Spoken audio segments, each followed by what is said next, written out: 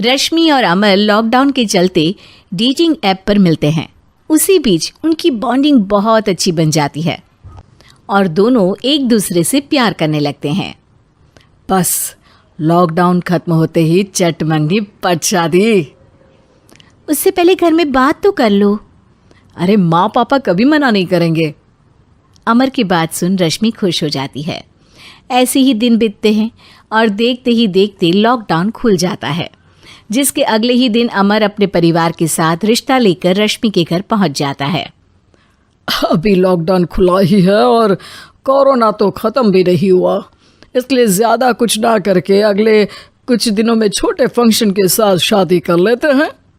अमर के पापा की बात पर सब सहमत हो जाते हैं। कुछ दिन बाद दोनों की शादी हो जाती है और रश्मि अपने ससुराल पहुंच जाती है।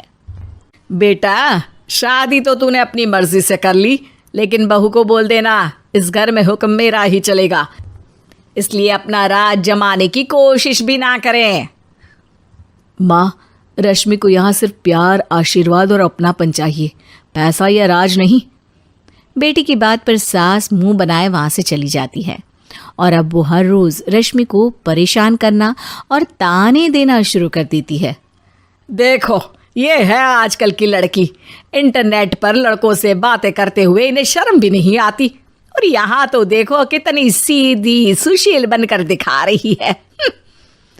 मम्मी, शादी के रिश्ते वाले इंटरनेट ऐप से जब किसी को कोई दिक्कत नहीं है, फिर डेटिंग ऐप के जरिए मिलना किस तरह गलत हो सकता है? रश्मि के डेटिंग ऐप वाली बात सुन उसकी हैरान सास तुरंत तुनक कर पूरे घर को सिर पर उठा लेती है, जिसकी आवाज़ सुन अमर और उसके पापा भी वहाँ आ जाते हैं। हाय मेरी माता, इतना बड़ा झूठ!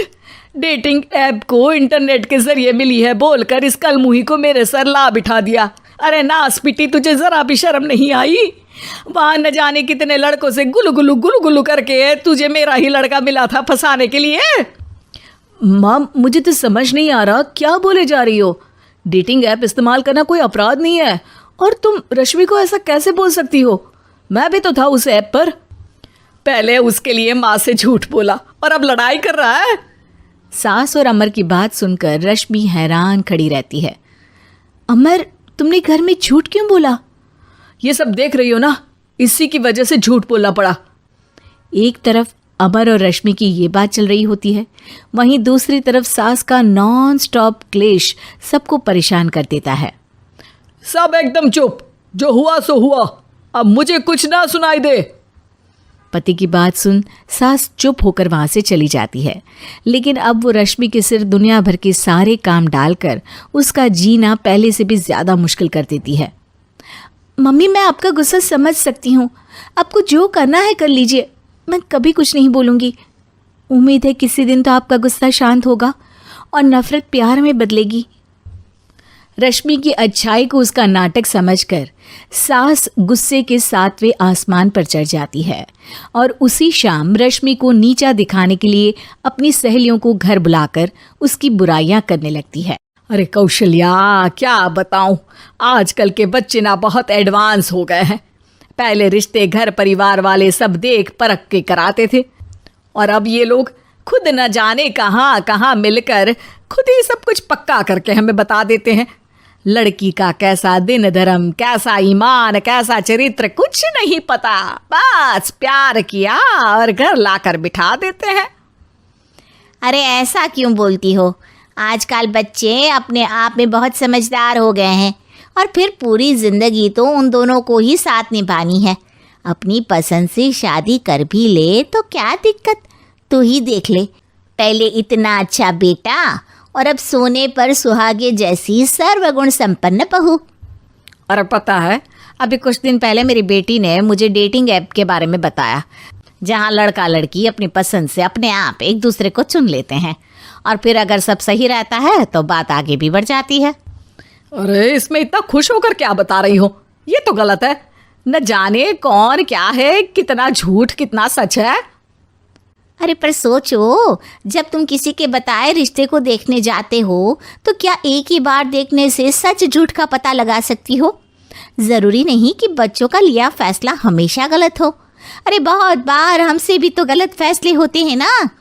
अच्छे बुरे लोग तो हर जगह मिल सकते हैं, फिर इसमें सिर्फ बच्चे ही गलत कैसे?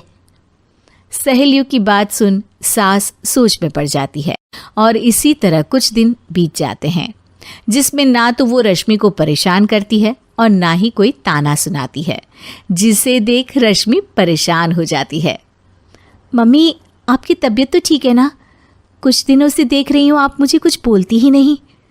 तो मेरा परेशान करना ज्यादा अच्छा लगता है क्या? नहीं, आपकी शांति उससे ज्यादा परेशान कर रही है। शांति इसलिए है क्योंकि मुझे एहसास हो गया है कि गलत तुम लोग नहीं, मेरी सोच है। प्यार तो एक सुंदर एहसास और शादी खूबसूरत साथ है। अगर ये साथ सच्चा है तो कहीं पर भी किसी भी तरह जुड़ा हो उससे कोई फर्क नहीं पड़ता। आप कौन है? इतनी अच्छी बातें मेरी पत्नी तो नहीं बोल सकती। क्या आप भी? Thank you for watching my video. Please like, subscribe and share us.